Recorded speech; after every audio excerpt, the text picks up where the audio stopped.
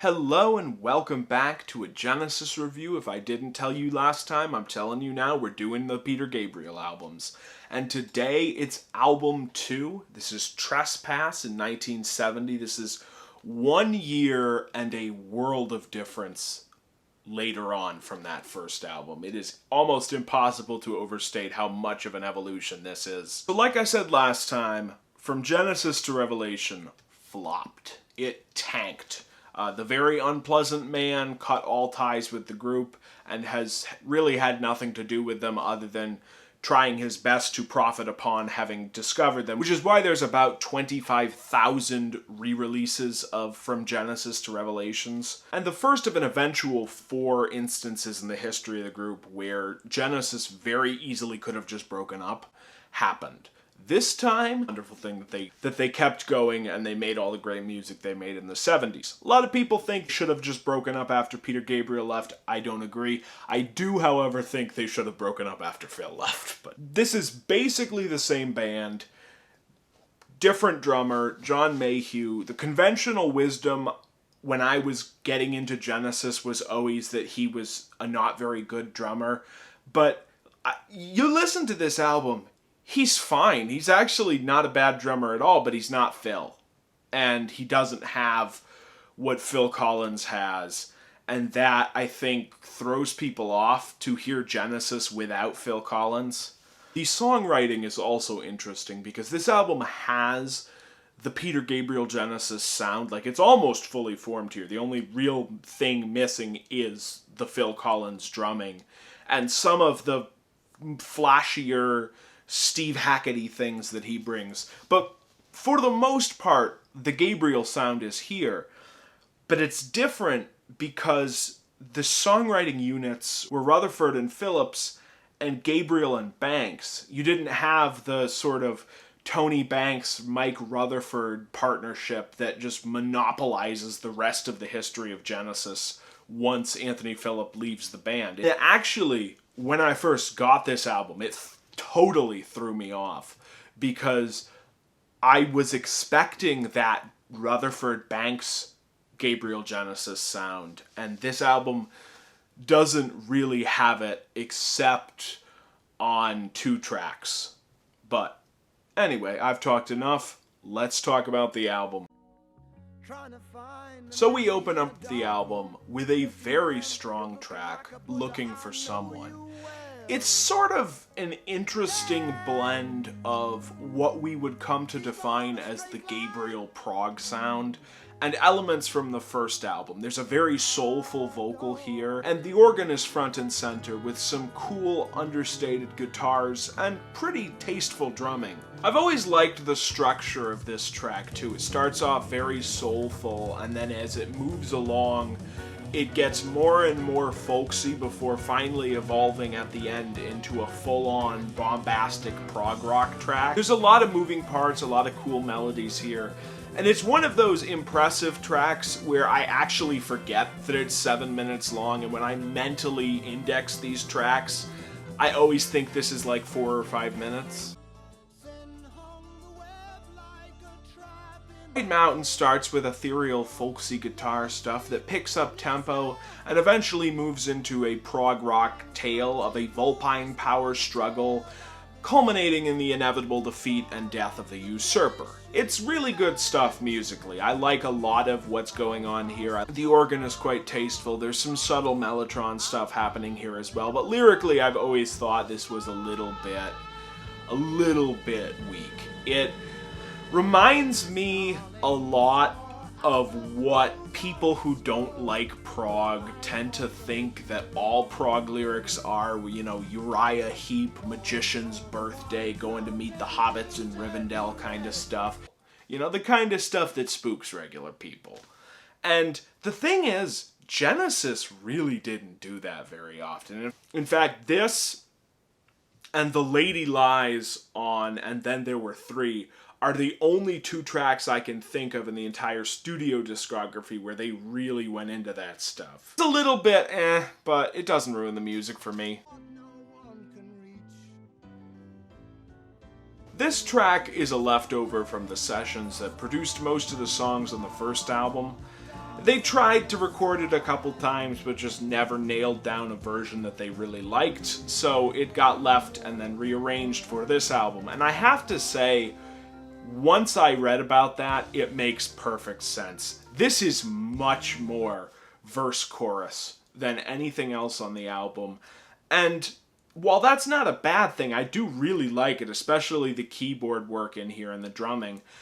It is an outlier. The Gabriel era was not usually this verse-chorus. There are a few examples towards the very end, and of course you have that whole first album, but, you know, from Trespass to Selling England by the Pound, you can pretty much count on one hand the number of sort of straight verse-chorus tracks. And that being said, though, this is, for me at least, a standout. I like how soothing and pastoral it is, which is impressive because the lyrics do get pretty dark and pretty openly questioning God and the nature of things at points, which, now that I think of it, betrays its origin on that first album even more.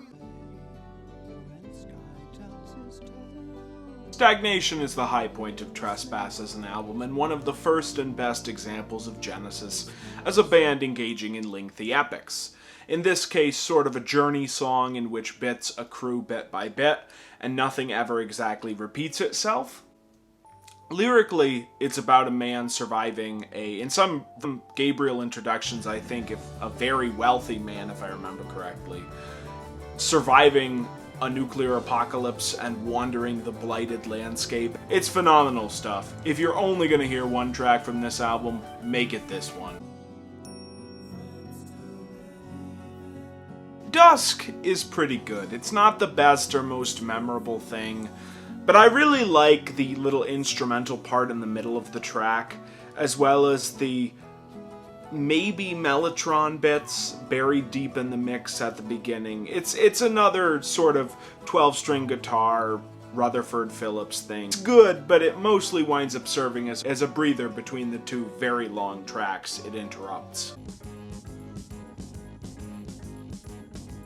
And so we end the album with The Knife, one of the very few truly aggressive Genesis tracks, intended by design as something capturing the vibe of Rondo by the Nice. It begins with this aggressive organ-driven thing that is almost verse-chorus, with Gabriel's "Some of You Are Going to Die" bit almost functioning as a chorus, before a few organ flourishes lead into some guitar work from Phillips, which then itself transitions into a sort of bass pulse that lasts for several minutes, while Gabriel contributes some flute playing and the rest of the band slowly drops in, slowly gaining in intensity as sound effects and various clips intended to portray a violent revolution play in the background, before the song builds into a full-blown rock segment with some more solos from Phillips. Did I mention this song is supposed to be a parody of a protest track?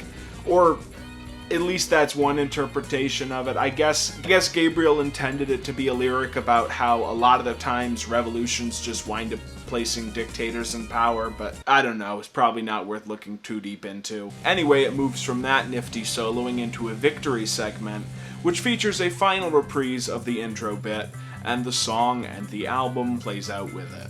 Trespass is a strong album, much stronger than I actually originally thought when I first heard the album, and even when I went to re-listen to this album earlier in the week, I was surprised at how strong the writing on this album is, and I think part of it is that it is so different. It's very much Rutherford and Phillips, and it's a different thing. Anthony Phillips brings a different thing to the table than Hackett, and it's not just the guitars, it's the fact that he and Rutherford wrote together, and thus you have much more of the folk rock thing coming out, and Banks is pushed into the background by that. Banks hardly solos on this album, and while his keys are integral to the songs, they're often in a supporting role that after this album he very rarely limited himself to.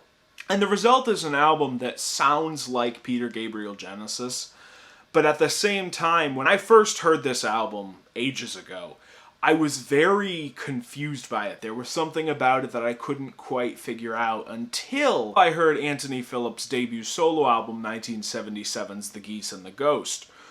And that kind of unlocked this album for me in that weird way that happens with music sometimes, where suddenly something that you had struggled with makes perfect sense. And yeah, I would highly recommend this to anybody who likes Genesis. It's not on the level of any of the albums they did afterwards with Gabriel, but it is a quantum leap over their debut and a really fascinating look into an early version of Genesis just before they became the band that we all know and love. And as such, it's a wonderful record, and honestly one that I return to often, because there are some Peter Gabriel Genesis albums that I listened to so much when I was a prog-loving teenager that I almost don't need to listen to them more than like 3 or 4 times a year. But this one I don't get that with. Part of it's because it's newer to me, part of it's because I really like the sound, but I don't know. It's an album that holds a special place in my heart amongst the Genesis albums. It's by no means my favorite, but it is a very good album, and I would strongly recommend you listen to it. I would rate this either a high 7 or a very low 8. There are some tracks on here that are not bad, but they are a little bit B-sides-ish. I think Dusk, as much as I love that middle instrumental jam, Dusk I could almost do without, and I think White Mountain's lyrics are just a little bit too sword and sorcery, sort of Jack London type thing for me. But aside from that, the rest of the album is more or less flawless. It's a wonderful record, and yeah, I will see you all later. Be on the lookout for some new videos, hopefully by the end of the week. And yeah, I will see you all in a bit. Bye.